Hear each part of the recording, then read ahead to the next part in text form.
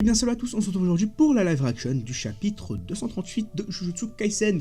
Tout comme la semaine dernière et la semaine d'avant, les spoilers sont sortis, donc je sais ce qui se passe plus ou moins à la fin.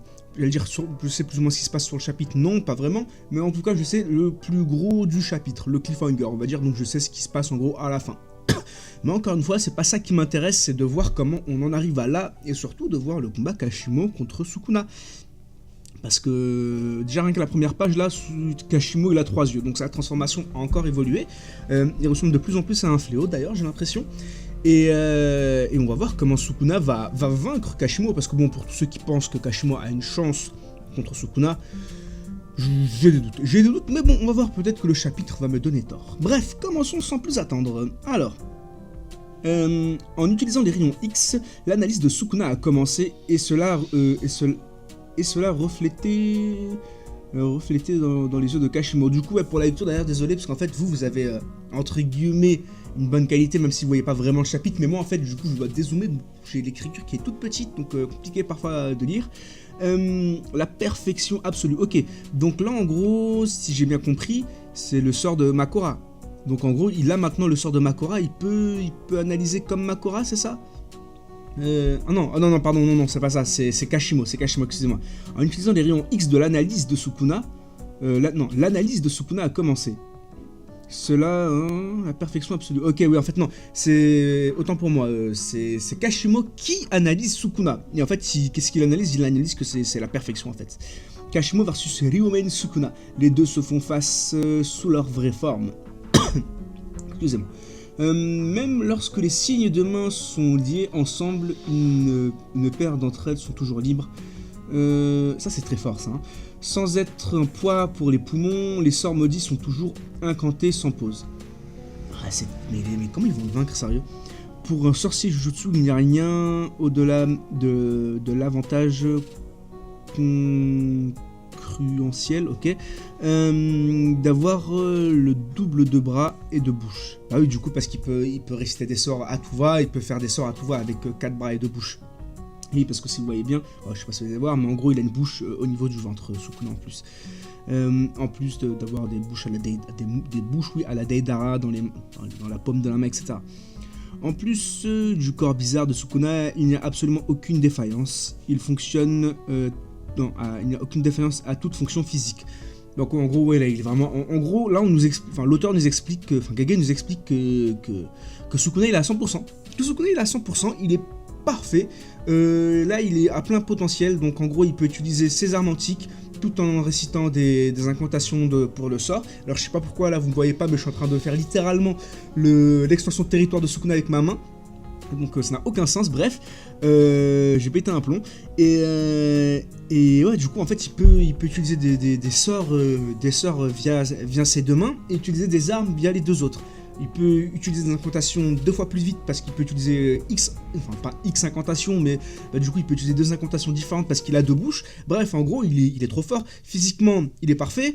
Techniquement, il est parfait. Intellectuellement, il est parfait. Le mec, il est... En gros, là, juste Gege nous fait comprendre que là, Sukuna, il est à pleine puissance, tout simplement. Ok. Avec son corps et l'excellente utilisation des objets maudits, Kamuteko et Iten. Kamuteko et Iten, ouais, ok, donc en gros là je pense qu'il nous parle. Alors attendez, Kamuteko et Iten, ok, donc Kamuteko je suppose que c'est l'arme, donc c'est la dague, mais Iten, ou vice versa, mais Iten du coup ce serait quoi? Ce serait la lance, mais il a toujours pas la lance, donc il est pas encore à 100%, et oui, attention, il a exterminé le bataillon des astres et des 5 généraux de la... Ouais, je commence à attendre. Il a exterminé le bataillon des astres, ok, et le bataillon des astres c'est... Mais c'est pas la fille là, vous savez, Ryu, il y avait Yuta, et il y avait la fille, elle faisait pas justement partie des astres, ou je sais pas quoi, des bataillons des astres, bref. Ok, donc il a exterminé le bataillon des astres, et des 5 généraux de la vacuité de la famille Fujiwara, ok. Ah oui, en fait il était cheaté déjà à l'époque. Bon, on me dirait c'est Sukuna d'après tout, mais ok, donc en gros, il a les 5 généraux de la... Mais attendez, les 5 généraux, c'est que c'est des mecs quand même qui étaient... qui possédaient dans le game, quoi, vous voyez ce que je veux dire? C'est des mecs, peut-être qu'ils étaient plus ou moins du même niveau de Satoru. Puisqu'il faut savoir qu'ils faisaient partie de la famille en tout cas il protégeait la famille Fujiwara. Fujiwara qui est la descendance de... Enfin, Gojo qui est la descendance de... Le clan Gojo qui est la descendance du clan Fujiwara. Voilà, chose à noter. Hein. C'est pour ça d'ailleurs que Yuta est un cousin éloigné, les amis, de Gojo. Parce que tout simplement, c'est un descendant de la famille Fujiwara, tout comme le clan Gojo. En gros, le clan Okotsu sont des descendants du clan Fujiwara, et le clan Gojo sont des descendants du clan Fujiwara. Donc les deux sont liés, et ce sont des cousins éloignés, tout simplement. Voilà, en tout cas la famille Fujiwara, ils ont des petits cracks chez eux. Franchement, entre Yuta et Satoru, et repousser le bataillon... Ouais, je m'attendais, il a fait quoi Sukuna dans sa vie? Et repousser le bataillon Deshishin, ok, qui comprenait Angel, la famille Abe, avec l'autre partie de la famille Fujiwara. Où en gros, il a pris tout le monde, il a pris tous les plus puissants, il les a tous décimés. Ça par contre, et ça j'y pensais, mais vous allez voir qu'après Jujutsu Kaisen, on va avoir des spin-offs sur le passé de Sukuna, le passé de Gojo, le passé de Toji. On va avoir des spin-offs sur ça et j'ai hâte parce que alors Sukuna, il y a des choses à dire sur lui, sur son passé, etc. Oh mon dieu, à ce point quoi? Oh là, Kashimo, il est choc-barre comme on dit. Il est choc-barre de fou. Ah ouais, mais par contre de plus en plus une forme de fléau, ses cheveux qui se transforment en cornes, etc. Franchement, moi sa forme je la trouve moche, je vous le dis, je la trouve moche. Je la trouve moche. De toute beauté, c'est de toute beauté. Ouais, en gros là il trouve que Sukuna est de toute beauté, ouais, parce qu'en fait le mec est parfait, le mec est trop puissant, le mec il a aucun défaut. Et ok, les deux se battent, mais ouais, du coup forcément Kashimo ne fait rien puisqu'il se fait littéralement enchaîner par Sukuna. Ok, Kashimo qui prend cher, écaille de dragon, répulsion, évite ceci, paire de météores. Il envoie, on dirait All for One qui envoie 40 000 techniques d'un coup. Ah ouais, mais démentiel. Et là, Kashimo qui s'est fait toucher visiblement parce qu'il y a du sang, une partie du corps de Kashimo. Là, le chapitre n'est pas en bonne qualité, du coup, c'est encore compliqué à voir, mais bon, de toute façon, là, c'est sûr que c'est un bout de Kashimo qui s'est fait qui s'est fait toucher. C'est ce qui a mis fin à Gojo Satoru. Oh, ok, donc là il vient d'utiliser la technique via laquelle il a tué Gojo. Ok. Pourquoi pas.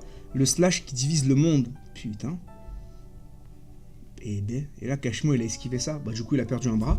Ok, pourquoi pas. Un idiot a essayé de me confronter. Alors, un idiot a essayé de me confronter de l'amour.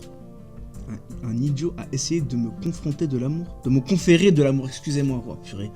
D'après cette personne, je ne sais pas ce qu'est l'amour. Je suis seul car je n'ai personne au même niveau. Il parle de Gojo là. Je comprends ce que cette personne essaye de me dire, mais j'ai été offensé de ne rien savoir à ce sujet. Comment ça? Je parlais à la mauvaise personne. Elle aurait dû parler d'amour avec toi, Gojo Satoru. Ah non, il parle de Yozoru, je pense. Enfin, ouais, je pense qu'il parle de Yozoru. Soit il parle de Yozoru, soit il parle de quelqu'un du passé, je sais pas moi, son frère peut-être, etc. Mais non, je pense qu'il parle de Yozoru. Ce n'est pas que vous ne savez pas, mais plutôt que vous ne comprenez pas. Que veux-tu dire? Ouais, qu'est-ce qu'il veut dire par là, Sukuna? D'ailleurs, la petite page là, la pose à la Sukuna, là, à la Satoru Gojo, on a vite capté, pas à nous Sukuna. Attention, les théoriciens fous vont dire que c'est un foreshadowing pour vous annoncer la mort de Sukuna, qui va se faire couper en deux. Ce n'est pas... Ok, d'accord. Tu as dit que tu étais fort, n'est-ce pas? Ouais, mais ça, il est fort, d'accord? Parce que ça, beaucoup disent que Kashimo est fort, mais Kashimo était le plus fort de son époque. Mais si son époque était nulle, il va être le plus fort, mais parmi les nuls, ce qui veut dire qu'il n'est pas spécialement puissant par rapport aux autres actuels, vous voyez. Peut-être qu'à son époque, les Jujutsu n'étaient pas si puissants que ça, et qu'en gros, lui, il ressortait du lot parce qu'il était plus puissant qu'eux. Mais peut-être que à son époque actuelle, les Jujutsu qui sont vraiment puissants, qui sont normaux, au final, ils sont tout aussi puissants que lui. Vous voyez ce que je veux dire? Selon l'époque, peut-être que le plus puissant n'est pas si puissant que ça. Vous voyez ce que je veux dire? Ok, du coup, tu as dit que tu étais fort, n'est-ce pas? Et là, Sukuna qui foudroie littéralement Kashimo, et qui se téléporte juste derrière lui, et qui l'enchaîne avec les 4 bras, là, Ah ouais, pas le temps. Kashimo qui en prend plein la figure et tout. Dommage que le chapitre est de mauvaise qualité, parce que là, c'est compliqué de discerner les images, mais en gros, ouais, juste Sukuna joue avec lui. Sukuna joue avec Kashimo. Ah, les gens qui disaient, oh là là, Kashimo, vous allez voir, il va mettre une drill à Sukuna. Vous êtes où maintenant, hein? Vous êtes où? Et ouais, Kashimo, il prend tarif. Et là, ah ouais, il envoie un quadrillage de la technique qu'il a fait pour découper Gojo. Oh, backstory, ok. Beaucoup d'anciens combattants vous ont peut-être défié. Ils font de leur mieux contre vous et ils ne vous ont pas maudit pour votre fuite. Ils voulaient votre reconnaissance, que vous sachiez qu'ils étaient, qui ils étaient, et vous vendez et vous venez de les tuer à main nue. Kashimo, ok. Je me demande comment c'est d'être en relation avec les autres en étant compatissant.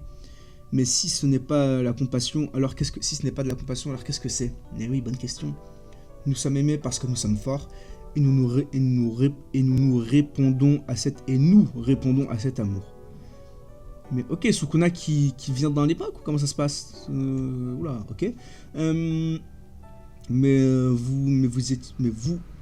vous inquiétez toujours de la solitude, vous cherchez quelque chose dont vous n'avez pas besoin.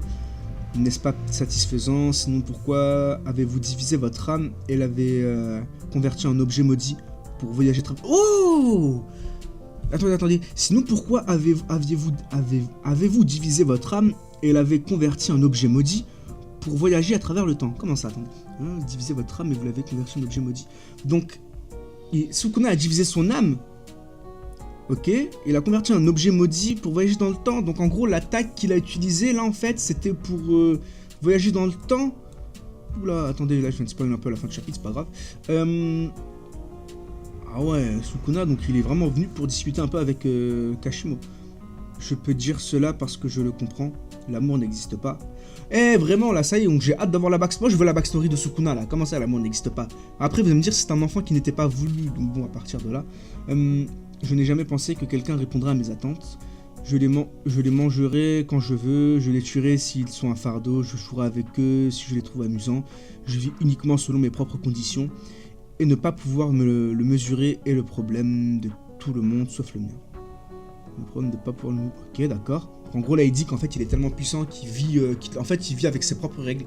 Il s'en fout des lois de l'univers, il s'en fout des lois que les gens peuvent mettre, de la justice, etc. Lui, il vit comme bon le semble et personne ne peut venir l'affronter parce qu'il est trop fort en fait, il est trop fort tout simplement. N'est-ce pas ennuyant? Non, le goût de la vie humaine est si étendu et bref, la bonne quantité pour siroter et passer votre vie jusqu'à la mort. Ok. Et là, vous êtes enfin là. Et voilà. Et là, on a le roi qui revient. Que pouvez-vous faire, idiot? Un combat entre malédiction et humanité. Itadori Yuji et Igurama font équipe, désolé. Le duo, ça c'est le nouveau duo Nanami Itadori, j'ai l'impression. Du coup voilà, pause la semaine prochaine, voilà, pas de chapitre la semaine prochaine. Du coup, on a Nanami, excusez-moi, on a Igurama et Itadori qui arrivent pour faire face à Sukuna. Itadori, du coup, bon, vous allez pas très bien le voir, il a une main un peu bizarre. Ah oui, d'ailleurs, chose là-dessus, je vais pas plus m'étendre là-dessus parce que j'en ai parlé hier en vidéo. Sauf que la team, il s'est passé quoi? Wesh, la vidéo à la flop. Non, plus sérieusement, je crois que YouTube, ils ont eu des problèmes. Et ma vidéo, je sais pas, peut-être qu'elle est pas arrivée dans le fil d'actualité YouTube de mes abonnés. Parce que la vidéo n'a pas fait beaucoup de vues. Et c'est bizarre parce que maintenant, sur Jutsu, ça va, vous voyez, je m'en sors entre guillemets, j'ai pu construire une commu et ça je vous remercie d'ailleurs. Du coup voilà, ça j'ai pas plus en parler sur la main d'Itadori. J'en ai déjà parlé en vidéo, donc je vais mettre le lien de la vidéo en description et en commentaire épinglé. Allez voir, c'est très important parce que je parle plus ou moins des événements qui vont se passer par la suite. Et voilà, ok. Du coup, bon ça moi j'étais déjà au courant. D'accord, bon le chapitre était... Ouais, ça va. Le chapitre était ok. Il y aura une review, je pense qu'il y aura une review dimanche, je vais attendre soit il y a une review demain, et si elle sort pas demain, elle sortira dimanche, parce que peut-être que je vais attendre la version officielle au niveau des textes, parce que j'ai bien peur qu'il y ait certaines choses qui sont pas exactement, qui sont mal traduites en fait, tout simplement. Attention, je leur jette pas la pierre et je critique pas leur travail, loin de là, hein. Mais je préfère attendre quand même dimanche pour avoir une bonne traduction et faire une bonne review pour être sûr. Du coup voilà, le chapitre, c'est un chapitre de combat, Sukuna a foudroyé Kashimo. Du coup Kashimo est mort, je pense. C'est même pas je pense, c'est Kashimo est mort, hein, c'est quasiment sûr. On en parlera dans la review, mais bon. Ouais, voilà, après c'était un combat, c'était juste pour nous montrer la technique ultime de Kashimo, hein, vous savez, sinon le combat n'allait pas... On savait tous que Sukuna allait foudroyer Kashimo de manière violente, hein, et c'est ce qui s'est passé. Kashimo, il a rien pu faire, que ce soit en termes de vitesse, en termes d'attaque, de puissance, de sort. Voilà, il est finito. Bref, dites-moi ce que vous avez pensé du chapitre dans les commentaires, et puis moi je vous dis à la prochaine, bye bye.